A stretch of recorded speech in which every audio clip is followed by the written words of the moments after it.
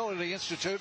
He's also the author of the best-selling book, Clinton Cash, The Untold Story of How and Why Foreign Governments and Businesses Helped Make Bill and Hillary Rich, and out in paperback this week. And also, I have to say, a pretty good movie producer, too.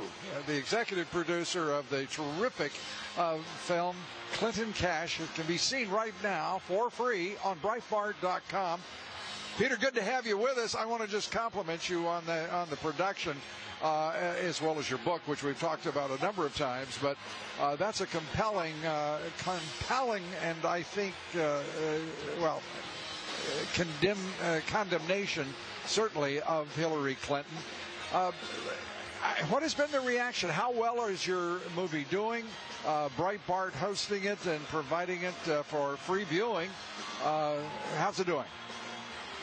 Well, thanks, Lou. It's great to be on with you, as always. First 48 hours, 500,000 people have watched the video. That assumes just one person per screen. We know there have been watch parties, so the number of people seeing it even more. It's actually been pirated and put on a number of other websites, which we're fine with. We want as big an audience as possible.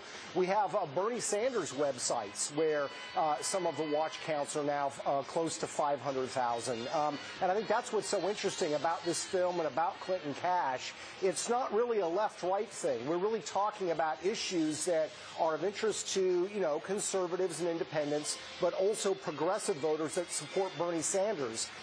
Big financial firms, things like the environment, human rights, human trafficking in Africa, that sort of thing. Right.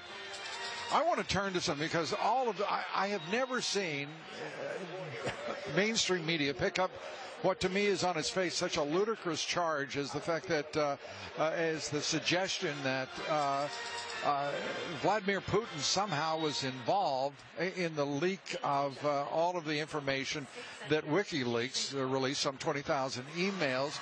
And then I thought about your book, your documentary, talking about Uranium One, in which Hillary Clinton ostensibly signed off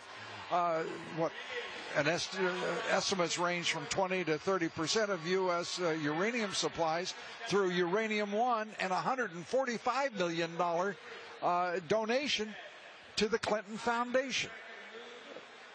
Yeah, that's right, Lou. Look, who knows what the Russian government is up to at any given moment. What we do know is when it comes to the Clintons, they have long, strong financial ties relating to Russia.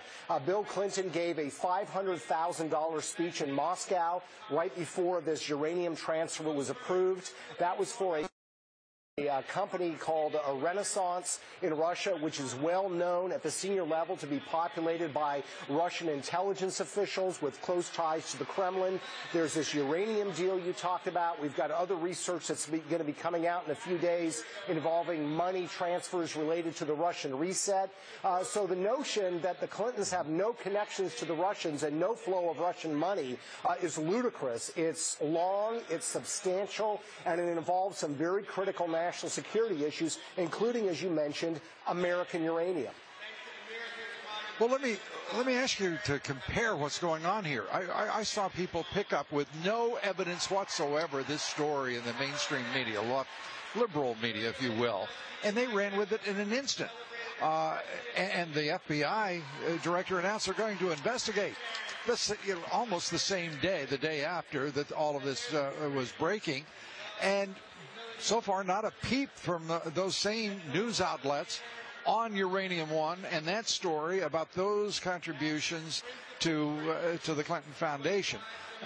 What do you make of that? No, you're right, Lou. Look, I think that, hacking is an issue and a problem, and these DNC emails have reaped an enormous wealth of information on the DNC, but there was a hacking took place, and I get that that needs to be investigated. But the bottom line is we know for a fact that the Clintons got $145 million from 8 shareholders in a small Canadian company as Hillary Clinton's State Department approved the transfer of uranium. We know that, and the mainstream media is not interested in that story. Well, maybe all of that's going to change over the course of this campaign. We'll see. Peter Schweizer, thanks for being with us. They're running right now a very important video